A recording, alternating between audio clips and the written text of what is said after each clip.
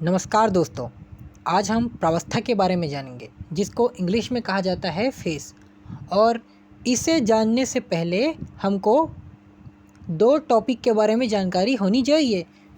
पहला है हमारा समांगी तंत्र, दूसरा है विषमांगी तंत्र। तो पहला हम देखते हैं समांगी तंत्र क्या होता है। आप मेरी बातों को बस सुनिएगा, ठीक है।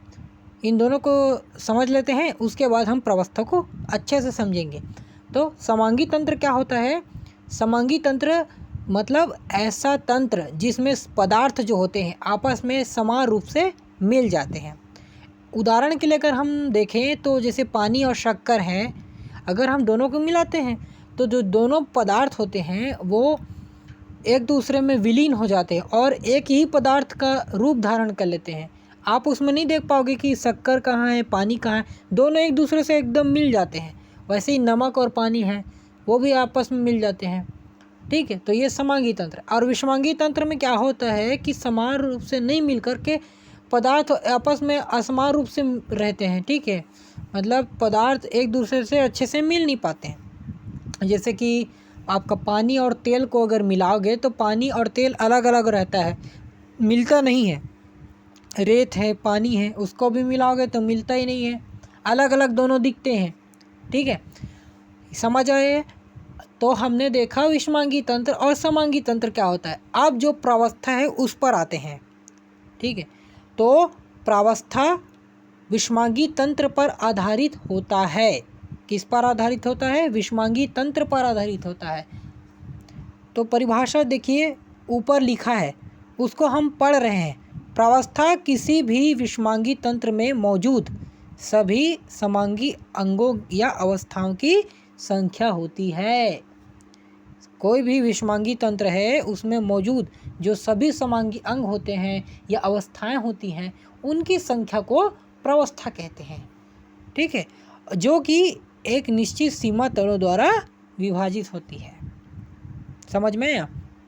उदाहरण के लिए देखें, पानी और तेल दोनों द्रव हैं, किंतु एक साथ मिलाने पर एक समय बाद दोनों अलग अलग परत बना लेते हैं। वह दोनों द्रव एक निश्चित सीमा तल द्वारा स्पष्ट रूप से अलग अलग दिखाई पड़ती है।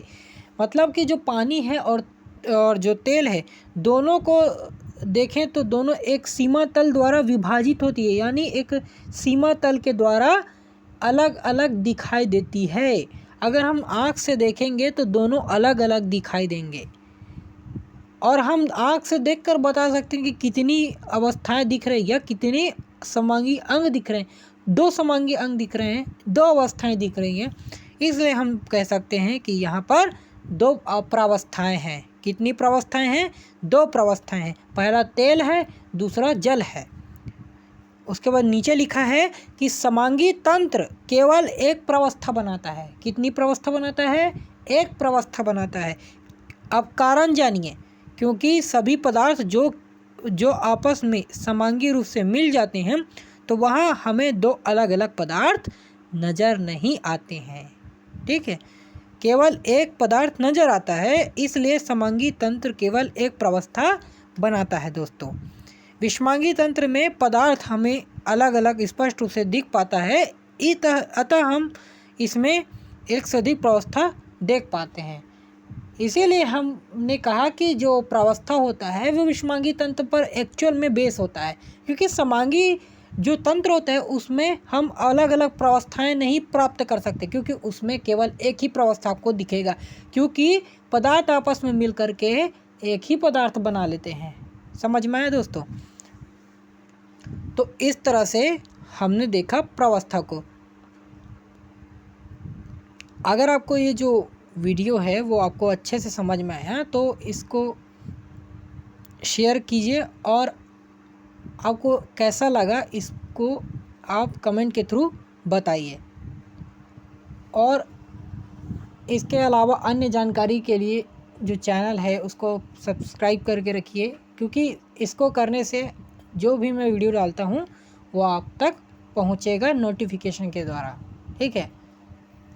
तो इस तरह हमने देखा दोस्तों प्रावस्था को। धन्यवाद दोस्तों।